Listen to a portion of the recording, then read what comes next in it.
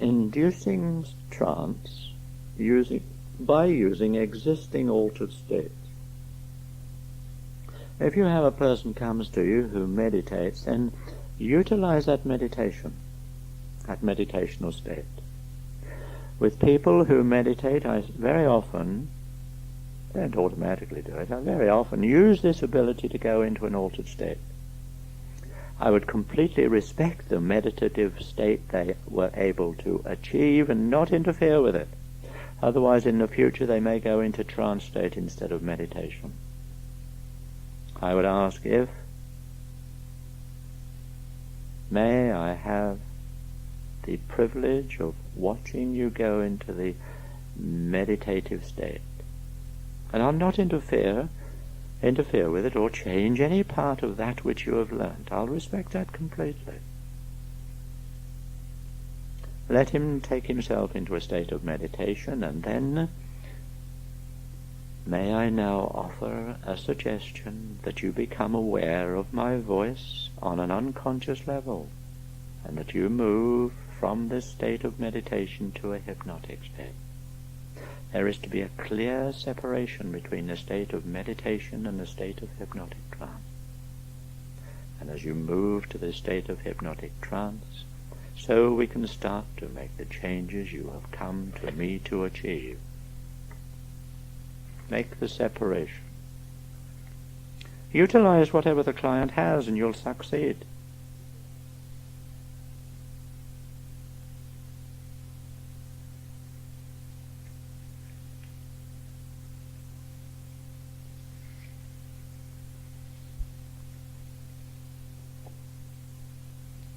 Unpleasant memories. Freud said that neurotics suffer from reminiscences. Erickson spoke of the automatic functioning of forgotten memories.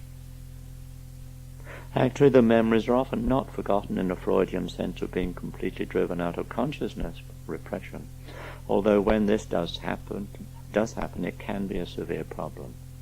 Often the troublesome memory is known, but its true significance has been denied.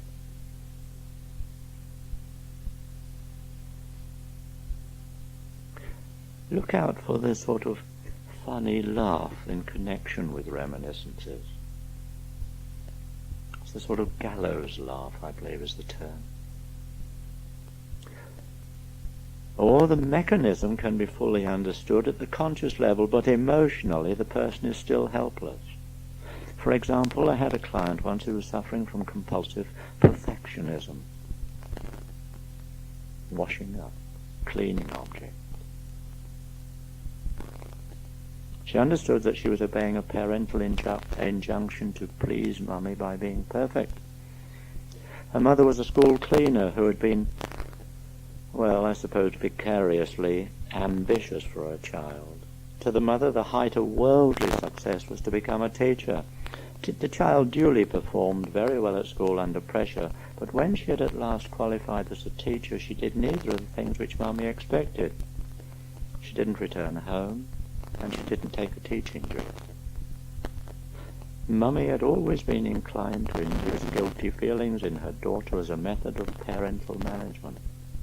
Now, unfortunately, when she came to see me, the daughter was compulsive about housework and hand-washing. Insight often is of little or no help. What the person like that needs is courage, the courage to tell her mother, the internalized mother, to go to hell. One treatment, of course, could be a TA one, Transactional Analysis one, go back to a childhood scene of emotional blackmail and confront the mother, telling her that she doesn't have to be perfect, venting her feelings and demanding unconditional love until, in fantasy, she gets it. This isn't a confrontation with her actual mother now, incidentally, but it's with her imagined or remembered mother then.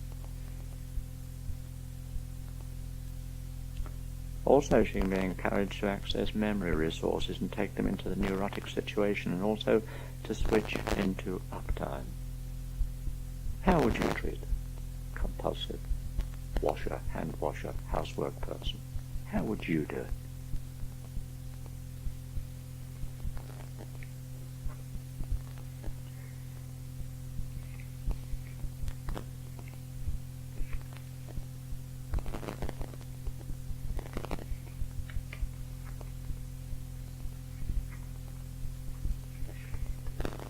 Playing with words in an induction.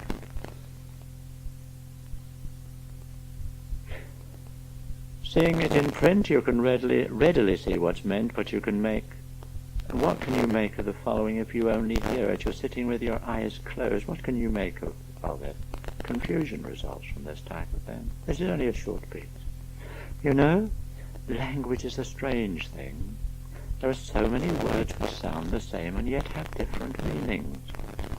As a child, what could you have understood if you'd heard someone say, well, if you're going to write about right, it has to be done carefully to make it right, otherwise you'll write about right in a wrong way, and it won't be right. So do right about right. In fact, right.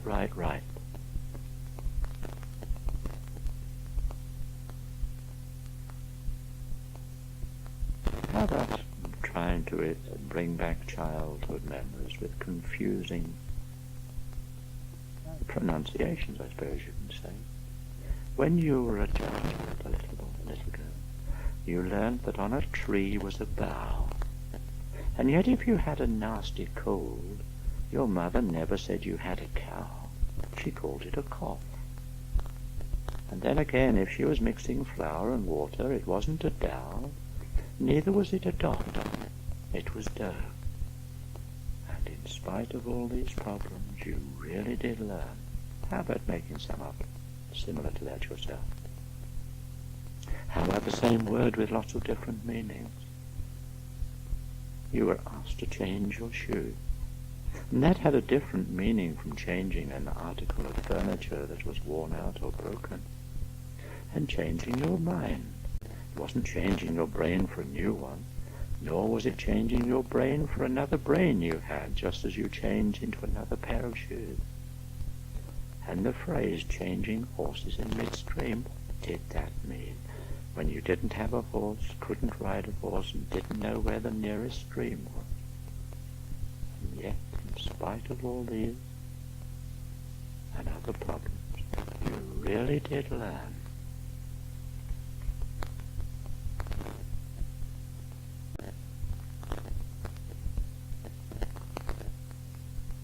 In your life as a therapist, you'll hear about a scale for depth, trance depth. You may want, if you go into a workshop situation, may want a scale. Lots of scales, but here is one which is pretty well used. It can be taught on the conscious level to a person so that it is thoroughly understood. And when a person is hypnotized and you say, what is your trance depth, then a figure will come into the hypnotized subject's mind.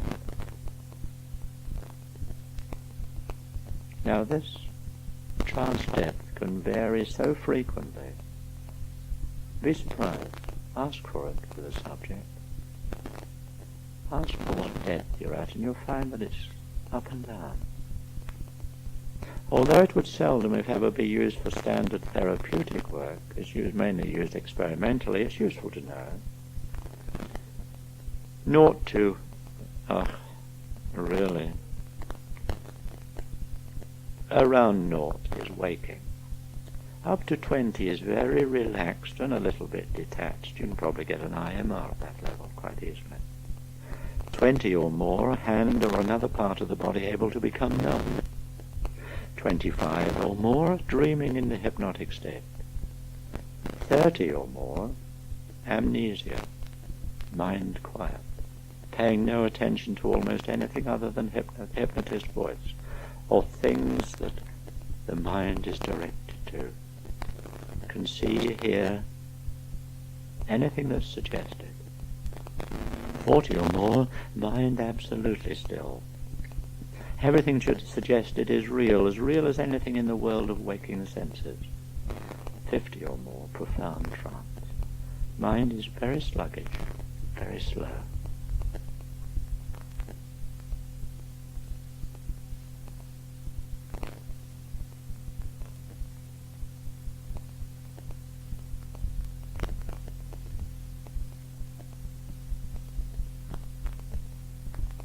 Some of the phenomena of hypnosis, body immobility.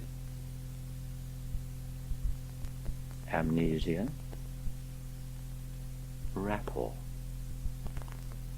catalepsy,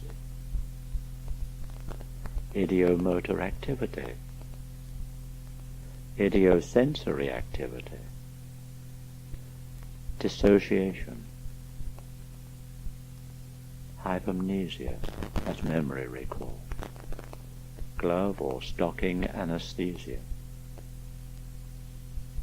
revivification and age regression, age progression, analgesia, negative and positive hallucination, somnambulism, and that appears to be awake but is really in deep trance and still doing normal things, automatic writing, dreams, dream induction, time distortion, and of course post-hypnotic suggestion. There are a few others, but they're the only ones really important at this stage.